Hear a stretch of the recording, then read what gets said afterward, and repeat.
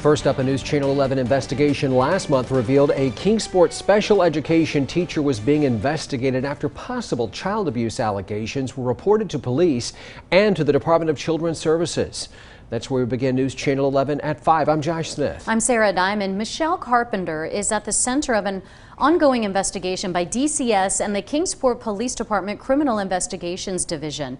Kingsport police say due to the sensitive nature of the allegations, the minor ages of those involved, and other special circumstances, investigations of this nature can take somewhat longer than others to sort out. News Channel 11's Bianca Murray has been tracking the story for months, and she's live in our Kingsport newsroom tonight. Bianca, you spoke with parents of kids who were Carpenter's students. What was their reaction to news of this investigation?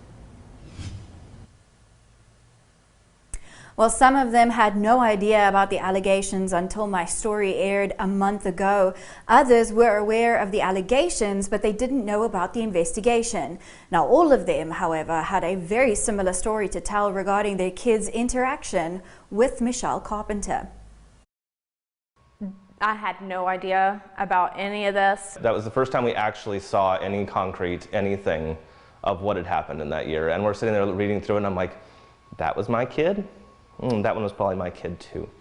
And it's a little heart-wrenching to read that. Michelle Carpenter's personnel file showed she was suspended for alleged abuse in 2020 as well as this year. In April's police report accusing Carpenter of possible child abuse, we spoke with parents of the 5 children listed as possible victims in that report. Every day she cried as soon as I turned on the road to take her to school. She cried throughout the day, and she would be crying when I picked her up. As soon as they switched teachers, she stopped. In a statement, Kingsport school officials say KCS has met with parents of children specific to the alleged misconduct to inform them of allegations and provide as much information as we are able to provide by law. Parents say We just were getting a whole bunch of nothing. Tennessee Representative Mark White is the chair of the State House Education Administration Committee. He explains the chain of command in accordance with the law. I think the law that's being maybe misinterpreted here is a method by where you can protect all parties as you get there. But DCS should be notified, law enforcement be notified, and then they should then take that allegation to the parents and they handle it because they're the professionals. Parents with children listed in the April police report say they did not initially know about any complaints filed and wanted to know more from the school system.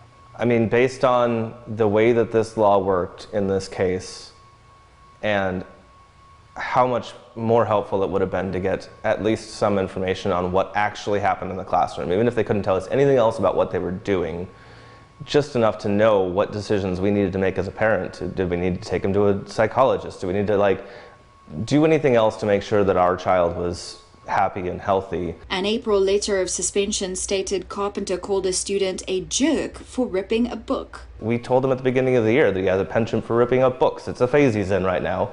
You should probably watch him around books.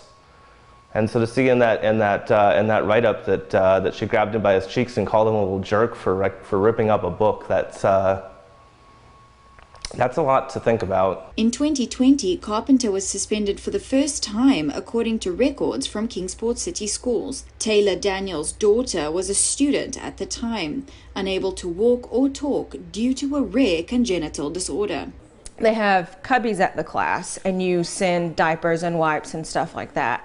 And so I intentionally put her in an overnight diaper that we use at the house, and she came home in that same diaper. So that was an incident where we had to go and have her sit down and stuff like that with the school. Since the news of the investigation broke, parents were left guessing how their kids were treated in the classroom because most of their kids are nonverbal.